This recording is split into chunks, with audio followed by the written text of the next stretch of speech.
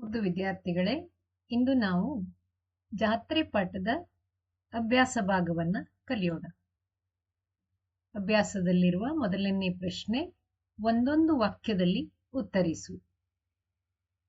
ಪ್ರಶ್ನೆ ಸಂಖ್ಯೆ 1, ರಥಬೀದಿ ಹೇಗೆ ಕಂಗೊಳಿಸುತ್ತಿತ್ತು?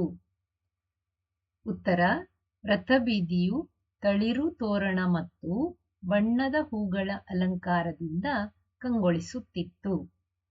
ಎರಡನೇ ಪ್ರಶ್ನೆ, ಕಂಸಾಳೆ ಎಂದರೇನು?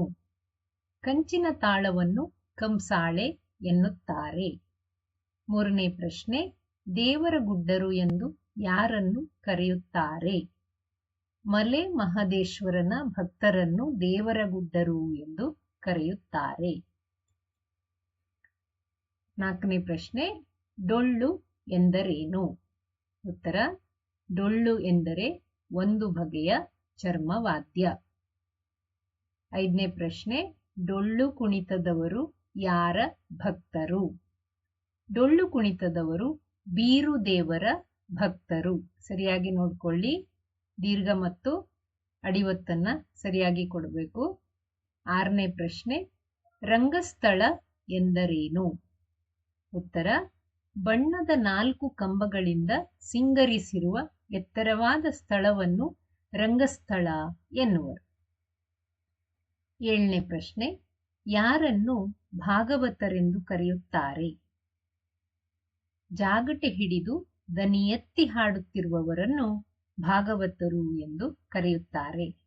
ನೀವು ಯಕ್ಷಗಾನದ ಬಗ್ಗೆ ಕೇಳಿದ್ರಲ್ಲ, ಅಲ್ಲಿರುವಂತಹ ಭಾಗವತರು ಯಾರು ಎನ್ನುವ ಪ್ರಶ್ನೆಗೆ ಉತ್ತರ. 2-3 ವಾಕ್ಯಗಳಲ್ಲಿ ಉತ್ತರಿಸು.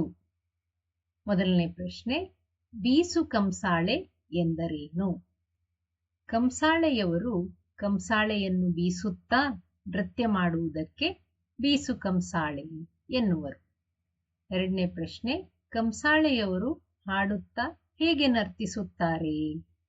ಕಂಸಾಳೆಯವರು ಮಹದೇಶ್ವರನನ್ನು ಕುರಿತು ಹಾಡುತ್ತಾ ಬಾಗಿ, ಬಳುಕಿ, ಕುಳಿತು, ನಿಂತು ಲಯವಾಗಿ ಕಂಸಾಳೆಯನ್ನು ತಟ್ಟುತ್ತಾ ನೃತ್ಯ ಮಾಡುತ್ತಾರೆ.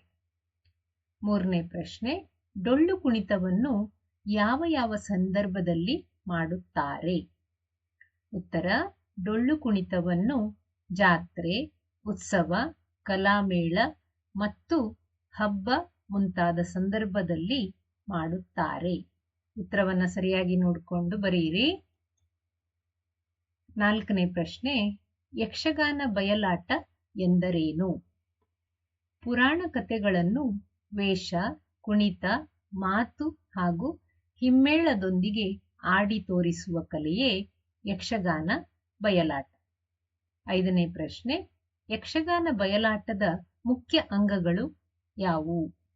ಯಕ್ಷಗಾನ ಬಯಲಾಟದ ಮುಖ್ಯ ಅಂಗಗಳು ರಂಗಸ್ಥಳ, ಹಿಮ್ಮೇಳ, ಮುಮ್ಮೇಳ, ಭಾಗವತರು ಮತ್ತು ಪ್ರಸಂಗ.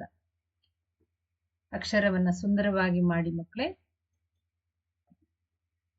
ಈ ವಾಕ್ಯಗಳಲ್ಲಿ ಬಿಟ್ಟಿರುವ ಶಬ್ದಗಳನ್ನು ತುಂಬು. ಬಿಟ್ಟ ಸ್ಥಳ, ಮೊದಲನೇ ವಾಕ್ಯ, ರಾಜು ಮತ್ತು ಕಮಲ ಡ್ಯಾಶ್ ಜೊತೆ ಜಾತ್ರೆಗೆ ಹೋದರು. ರಾಜು ಮತ್ತು ಕಮಲ ತಾತನ ಜೊತೆ ಜಾತ್ರೆಗೆ ಹೋದರು. ಎರಡನೇ ವಾಕ್ಯ, ಜಾತ್ರೆಯಲ್ಲಿ ನೋಡಿದಲ್ಲೆಲ್ಲ ಡ್ಯಾಶ್ ನೆರೆದಿತ್ತು. ಜಾತ್ರೆಯಲ್ಲಿ ನೋಡಿದಲ್ಲೆಲ್ಲ ಜನಸಾಗರ ನೆರೆದಿತ್ತು. ಮೂರನೇ ವಾಕ್ಯ, ಯಕ್ಷಗಾನ ಬಯಲಾಟದ ಅಂದಿನ ಪ್ರಸಂಗ ಡ್ಯಾಶ್. ಯಕ್ಷಗಾನ ಬಯಲಾಟದ ಅಂದಿನ ಪ್ರಸಂಗ ಶ್ರೀ ದೇವಿ ಮಹಾತ್ಮೆ. 4ನೇ ಪ್ರಶ್ನೆ, ಜಾತ್ರೆಯಲ್ಲಿ ಭಕ್ತರು ಡ್ಯಾಶ್ ಎಳೆಯುತ್ತಿದ್ದರು. ಜಾತ್ರೆಯಲ್ಲಿ ಭಕ್ತರು ರಥ ಎಳೆಯುತ್ತಿದ್ದರು. ಹೊಂದಿಸಿ ಬರೆ. ಅ ಪಟ್ಟಿಯಲ್ಲಿ ಡೊಳ್ಳು, ಕಂಸಾಳೆ, ಯಕ್ಷಗಾನ. ಆ ಪಟ್ಟಿಯಲ್ಲಿ ತಾಳವಾದ್ಯ, ಚಂಡೆ, ಚರ್ಮವಾದ್ಯ. ಈಗ ಹೊಂದಿಸಿ ಬರೆಯೋಣ.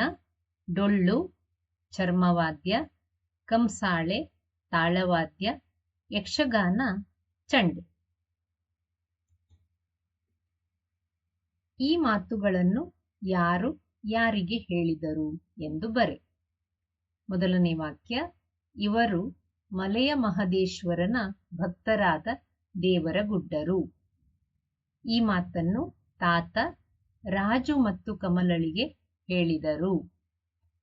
ಎರಡನೇ ವಾಕ್ಯ, ತಾತ ಅದೇನದು ಅಲ್ಲಿ ಕಾಣುತ್ತಿರುವುದು? ಈ ಮಾತನ್ನು ರಾಜು ತಾತನಿಗೆ ಹೇಳಿದನು.